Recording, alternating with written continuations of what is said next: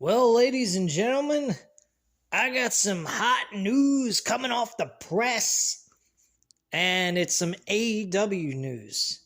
And no, it has nothing to do with whether or not CM Punk is fired or suspended, which we already know the Elite members are suspended, as well as Christopher Daniels, Brandon Cutler, and a couple other people are suspended. No mention about Ace Steel at all, whether he is fired or suspended at this time.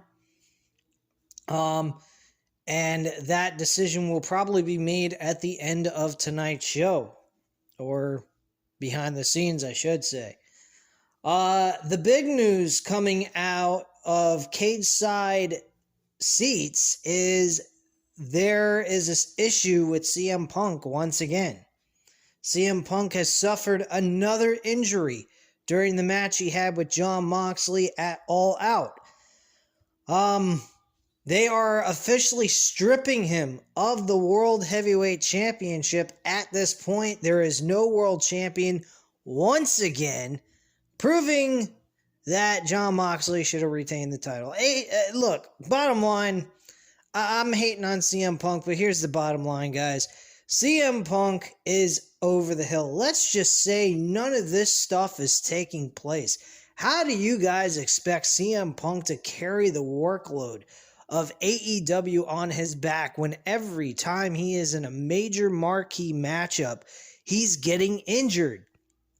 He is injured prone. He is injury prone. This guy is done.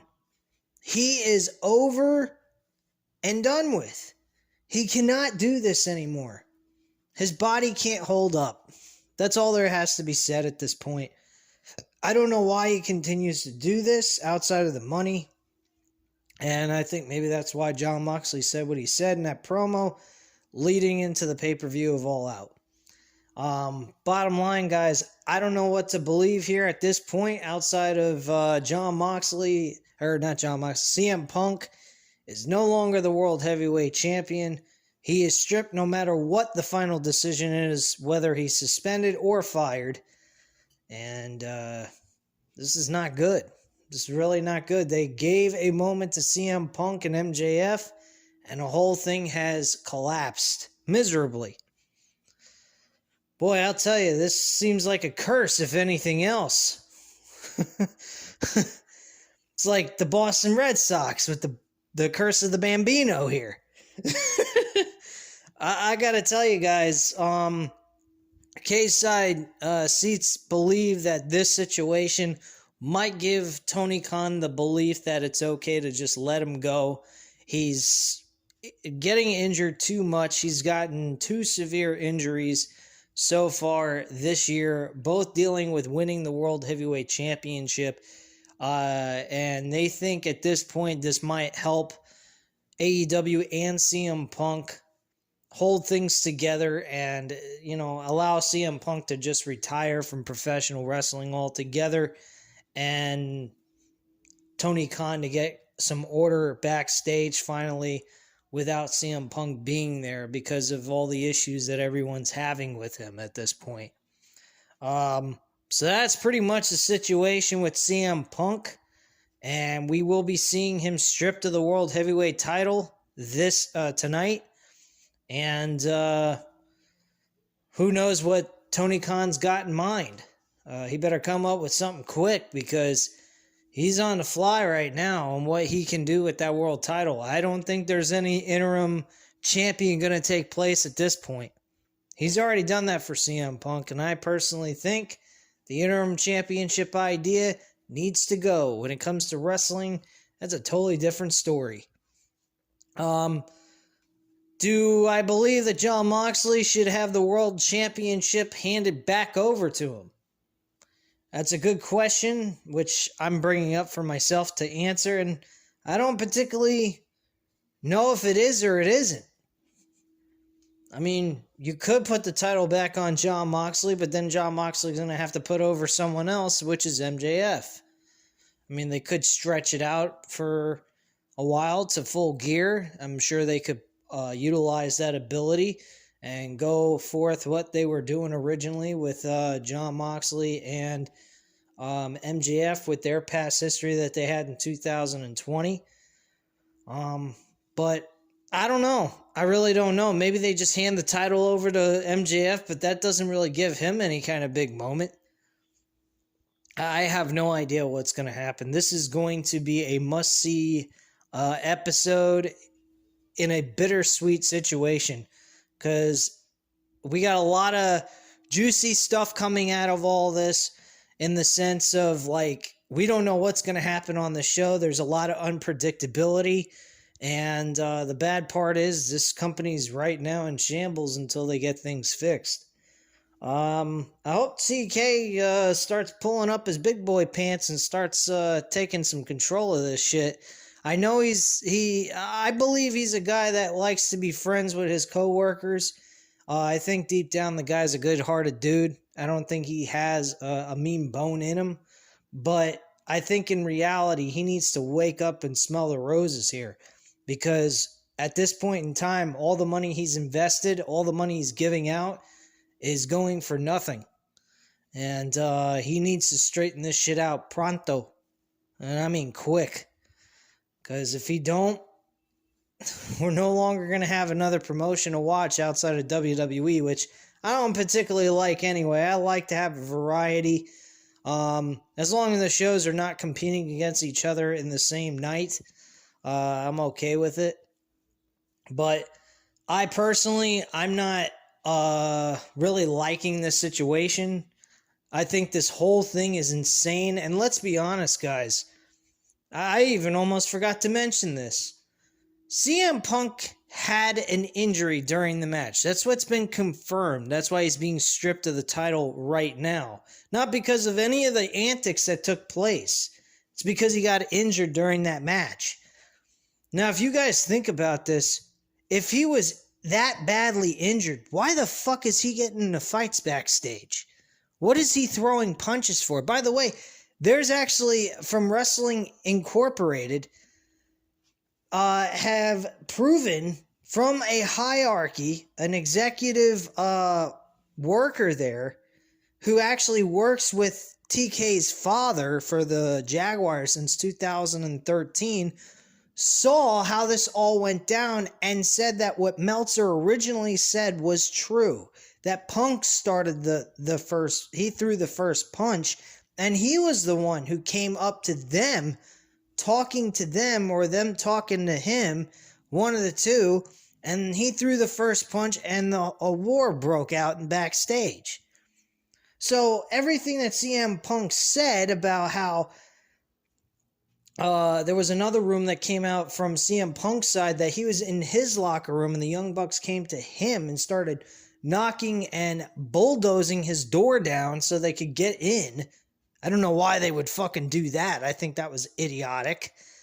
None of the way that was said made any sense to me. His Ace Steel's father, what am I talking about? His wife was there. And he explains why he bit Kenny Omega is because his wife was there and he was concerned about her safety. So he thought it'd be cool to bite someone. What? What the hell? Give me a fucking break. This smells bullshit. All of it. I don't believe the Young Bucks and Kenny Omega would go out of their way smashing through a door to get to CM Punk in his locker room while he's minding his own business at this point. I don't understand why they would jeopardize any of it. None of this shit makes any sense. Honestly, if even CM Punk's story is true, nothing what they're doing makes any sense. If the other side of things, which was originally reported that CM Punk started all this by going backstage after his portion of the media scrum, he goes backstage and he starts the argument, and then it leads to a fight. That makes no sense to me either, because these guys are high-end guys in this company. They are making tons of money. They got a lot to invest in. They have a lot to lose if they lose these jobs. They're not going to make that kind of money somewhere else. They'll make it in WWE, that's for sure, but anywhere else, New Japan, they're not going to make that kind of money that they're making in AEW right now. Are you kidding? AEW is the place to be for them outside of WWE. And WWE is not going to take everybody that leaves AEW. So, bottom line is, there is no reason for anybody to jeopardize what they got with this company. It is big money. Money they may never see again if they lose their job with this company. Honestly. I mean, look at the Young Bucks. Young Bucks had to work for New Japan Wrestling, Ring of Honor. They even worked for Pro Wrestling Guerrilla. I mean, they worked for 3 different companies at one time just to earn their money. I mean, that's insane. Why wouldn't you want to work for one company to make your full-fledged amount of money? I mean, come on. And I'll tell you one thing, if AEW goes out of business, there's no Ring of Honor in the United States. The only thing you got is fucking Impact. You got Impact Wrestling to go to. You think Impact Wrestling is going to be able to afford these guys? Are you kidding? That's a fucking laugh in its own right. Are you kidding? That's a fucking joke. Impact Wrestling going to afford those guys. Oh my gosh. That's a fucking joke and a half, man. The Impact Wrestling that we used to know of TNA when they had Kurt Angle, Booker T, Kevin Nash, AJ Styles, Samoa Joe, those guys back in those days, they were making good money. Now, if TNA was like what they were back then, now I wouldn't say that, anybody would complain about going to TNA at that time. TNA was the place to be outside of WWE. That was the only alternative place to go. But TNA now, Impact Wrestling, now the way it is, you fucking kidding? I wouldn't even work there if you... I swear to God, I wouldn't work there. I would not work in Impact Wrestling. You're not going to accomplish nothing there. I mean, yeah, you'll have some good moments here and there, shit like that. But look at Sami Callihan. He's an amazing performer. He's a hardcore wrestler, and he cuts great promos. And yet, at the end of the day, the guy is getting no recognition towards his work. Unless you're a hardcore wrestling diehard fan, you don't know who the fuck Sami Callihan is. So, Moose? Come on, man. Does anybody fucking know who Moose is? Half of the people that watch wrestling don't know who fucking Moose is. Are you kidding? They probably go, Moose? Who the fuck is Moose? Unless you watched Impact Wrestling when Kenny Omega was there, you didn't fucking know who Moose was. You kidding?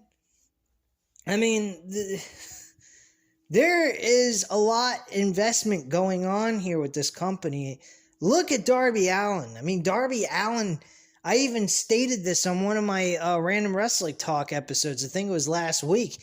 He went ahead and got a loan for $12,000 to break a contract so he can get out of a contract and join AEW.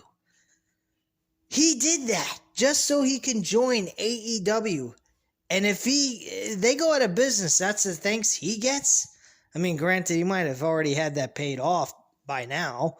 But still, I mean, he could have put himself in severe debt. And, not have been able to pay it off possibly. Who the fuck knows? But that $12,000 he could have saved. He didn't have to rush to come to AEW knowing full well what's going on now and what could happen in the future, God forbid. I mean, this is fucking crazy, man. I just hope Tony Khan makes sense of this tonight. I hope he does right by the world title. The world title, nobody's even stating this. The prestige of the World Heavyweight Championship is suffering on account of this too.